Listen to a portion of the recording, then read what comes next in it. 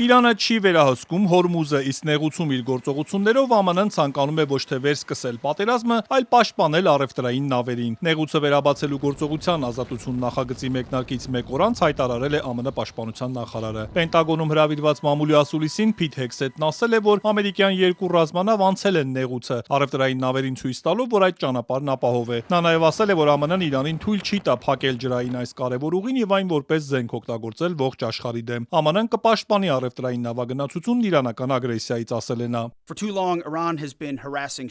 Իրանը չափազանց երկար ժամանակ հետապնդում է նավերը, կրակելով բոլոր երկրների քաղաքացիական լցանավերի վրա եւ փորձում պարտադրել վճարովի համակարգ։ Իրանի ծրագիրը միջազգային շորթման ձև է եւ անընդունելի։ Այն կավարտվի ազատություն նախագծով։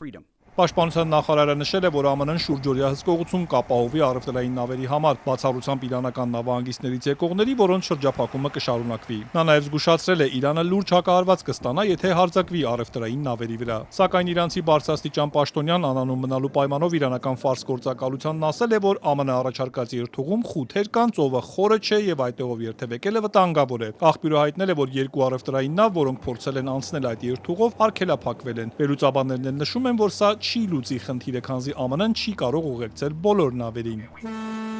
Մինչ այդ ԱՄՆ կենտրոնական հրամանատարությունը հայտնել էր, որ ամերիկյան երկու ռազմանավերը, որոնք Հորմուզի նեղուցով մտել են Պարսից ծոց, ճանապարհին հարձակման են ենթարկվել Իրանի կողմից։ Դոնալդ Թրամփը հայտարարել էր, որ այս գործողության ժամանակ ԱՄՆ զինուժն իրանական 7 մոտորանավակ է խոցել։ Իրանական Թասնիմ գործակալությունը հերքել է նրա հայտարարությունը, նշելով, որ երկու փոքր բեռնատար նավ է խոցվել, ինչի հետևանքով 5 քաղաքացիական անձ է սպանվել։ Fox News-ին տված հարցազրույցում ԱՄՆ նախագահը նաև սպառնացել է, Իրանը կվերանա երկրի երեսից, եթե Հորմուզի վերաբացման ընթացքում հարձակվի ամերիկյան նավերի վրա։ Ֆինանսների նախարարն էլ զգուշացրել է, եթե Իրանը ցանկանում է սրել իրավիճակը, ԱՄՆ-ն պատրաստ է դրան։ Այստեղ սադրողը մենք չենք, բայց եթե իրանցիները ցանկանում են սրել իրավիճակը, մենք պատրաստ ենք դրան։ Սա փորձություն է Իրանի համար։ Նրանք ծովահենների մի ամբողջ խումբ են։